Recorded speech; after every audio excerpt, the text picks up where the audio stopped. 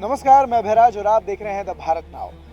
बेटी पढ़ाओ, बेटी बचाओ, पढ़ेंगी बेटियां तभी तो बढ़ेंगी बेटियां।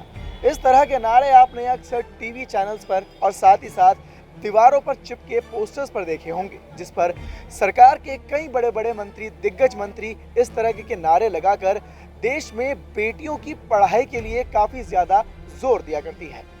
लेकिन वही हमारे देश के अंदर एक तबका ऐसा भी है जो आज भी कहीं रोजगार के लिए भटकता है। आपको बता दें कि सिग्नल पर भीख मांगता है और वो भीख मांगते छोटे छोटे बच्चे हर एक गाड़ी पर, जो चमचमाती गाड़ी हर ट्रैफिक सिग्नल पर रुकती हैं, उनके सामने सिर्फ एक ही निगाहें पसारे हुए बैठी रहती हैं और उनके सामने हाथ फैलाकर किताबों की नहीं, शिक्षा की नहीं, बल्कि चंद रुपयों की भीख मांगती है और वो भीख उनके परिवार का पेट पालती है।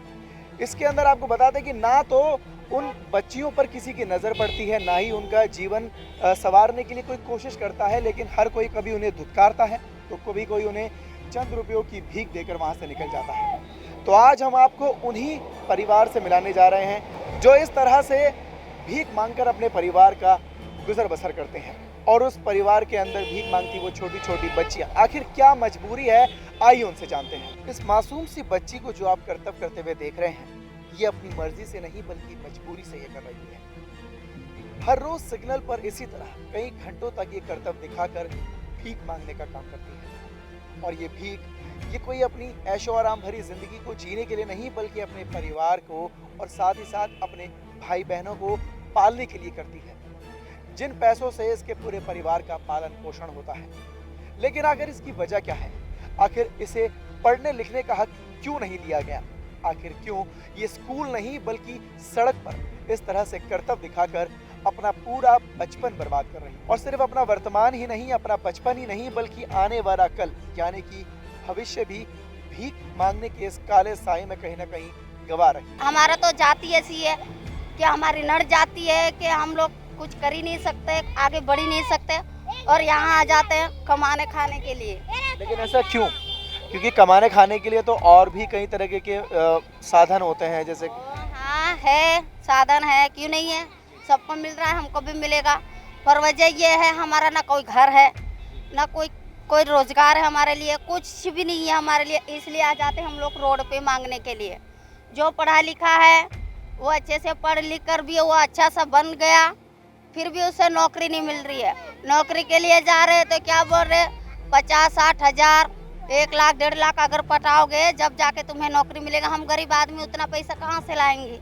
हम लोग तो खुद अपने रोड पर मांग कर अपना पेट गुजारा करते हैं, अपना घर चलाते हैं, शादी ब्याह से लेकर सब कुछ इसी में ही होता है हमारा मिट्टी का घर है, गांव में सरकारी स्कूल भी है, घर तो टूट गया, पानी में बह गया। तो हमारा अभी राशन कार्ड भी नहीं बना, हमारा कुछ नहीं बना। एक तो मैं विधवा हूँ, मेरा पति मर चुका है, तो आगे मैं कुछ सोच नहीं पाई और वहाँ पर मेरा घर नहीं है, इसलिए कितनी बच्ची हैं? मेरे 2 ही बच्चे हैं, एक लड़का है एक लड़की है, 2 बच्चे हैं। आपने बताया था कि कुछ बच्चे आपके स्कूल भी जाते हैं। हाँ, मेरे भाई बहन सब स्कूल जाते हैं, सब स्कूल है। वो मेरी चाची गई है, उसके भी 3 बच्चे स्कूल पढ़ते हैं, जवान हो गए हैं।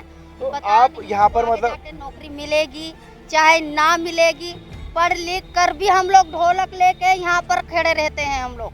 तो हम लोगों को पढ़ने और लिखने में फायदा ही क्या है जब हाथ में हमारा ढोलक ही आ रहा है?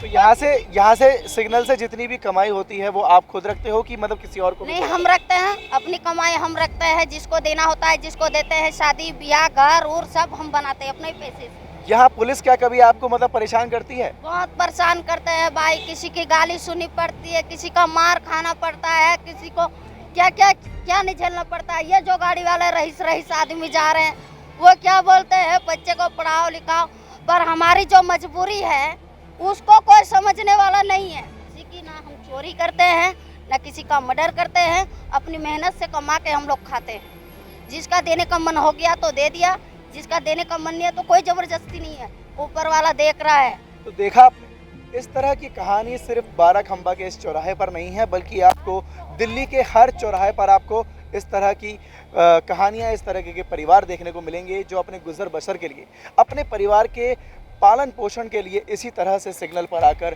भीख मांगने का काम करते हैं। ऐसा नहीं है कि हमारे देश में इनके भविष्य को उज्जवल बनाने के लिए कोई विभाग नहीं है, बल्कि आपको बता दें कि हमारे देश में चाइल्ड वेलफेयर, वुमेन वेलफेयर जैसे कई एनजीओज और इस तरह के विभाग बनाए गए हैं जो ऐसे ही लोगों की देखरेख और उनको मतलब एक तरीके से उनको अच्छी ज़िंदगी देने के लिए बनाए गए हैं। अगर बात चाइल्ड वेलफेयर की करें तो इस वक्त हमारे देश के अंदर स्मृति ईरानी के अंडर वो विभाग आता है। तो धूप हो या बरसात, सर्दी हो या गर्मी, इन बच्चों को, इन औरतों को यहाँ पर इसी तरह से हर रोज़ आकर भीख मांगना पड़ता है। आप देखते होंगे कि अक्सर इन्हें कभी धुतकार मिलती है तो कभी इन्हें भीख, लेकिन नहीं मिलती तो इन्हें इज्जत।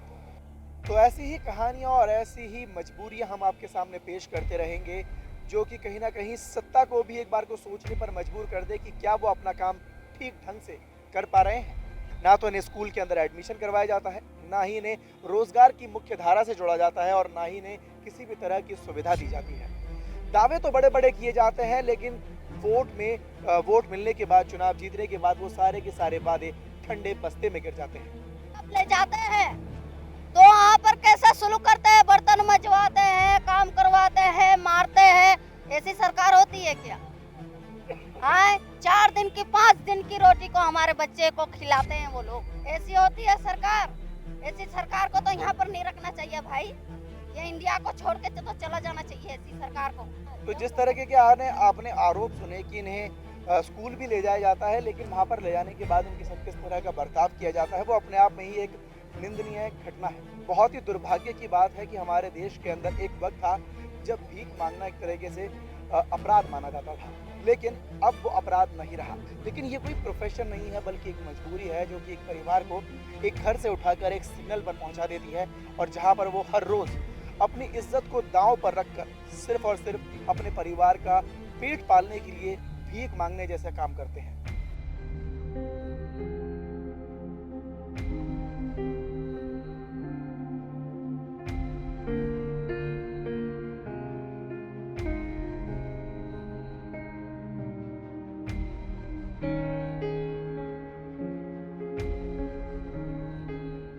तो फिलहाल के लिए सिर्फ इतना ही। मैं अभिराज, कैमरामैन आशु के साथ, भारत नाउ दिल्ली।